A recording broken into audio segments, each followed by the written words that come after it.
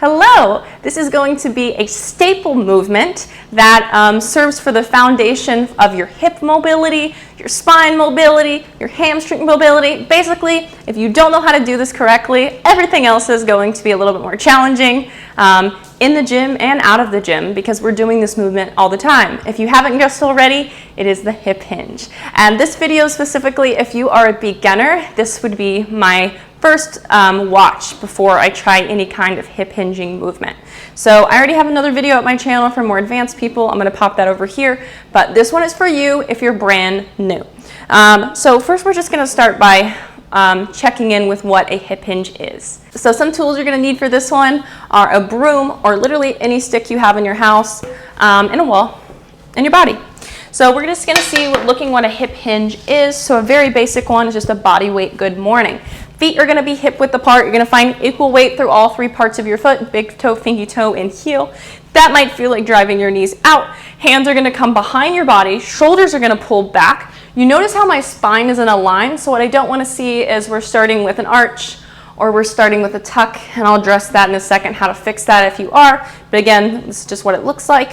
And then you are sending your hips back like you're gonna close a drawer with your butt. You're gonna stop when you start to feel a stretch and before your back starts to do this number, okay? Before you start to round. So ideally we go down until we can find a nice flat spine. I start to feel a stretch about here, and then I drive into my feet to come up. Again, spine is a line.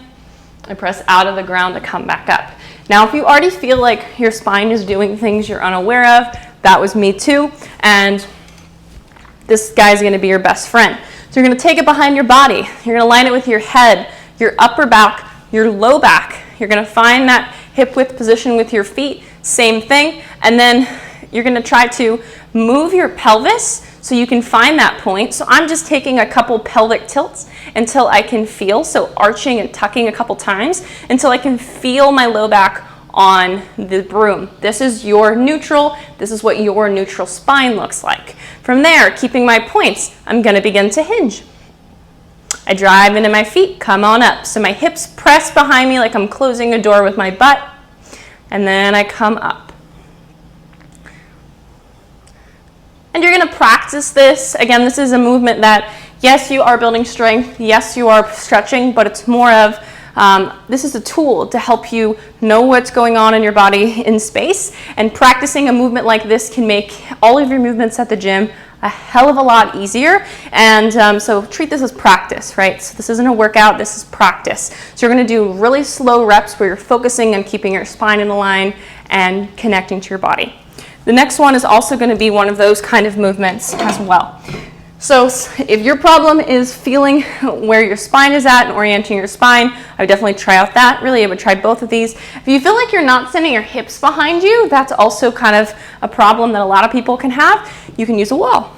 So I'm going to come into that hip hinge position again. So my feet are going to be about hip width apart. I'm going to ground equally into my feet, shoulders back, spine in a straight line. And then I'm going to think about pressing my hips to the wall. So you're just going to be sending your hips back so your butt physically touches the wall.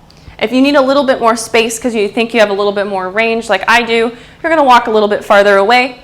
And then you're going to still press your butt to the wall. Ooh, that's more than I have, but you get the idea. So the wall's giving you a little bit of a feedback tool. We're still coming down, having a nice flat back, driving into our feet at the bottom. Shoulders are still pulling back. So that is just check if your hip hinge. Another variation you might like, would be the wide leg hip hinge. You can also do this at the wall. So I love this variation because I tend to feel it a lot more in my lower back, which I love. It's an area that I love to stretch.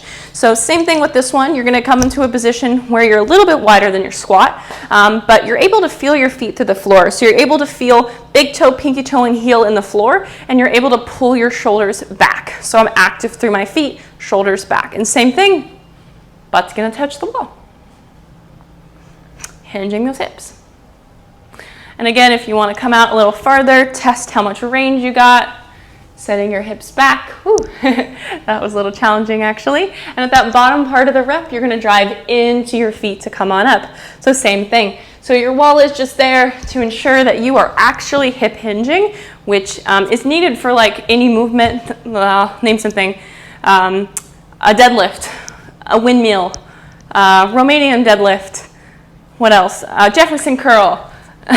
So many things, okay? I can't think of a lot. A good morning. But yeah, so many movements in the gym require this to be a prerequisite. So these are some drills you can do at home to master this. And while you're doing that, you're going to start lengthening out through the back of your hamstrings, your lower back. So it's going to feel great and flexible in the process.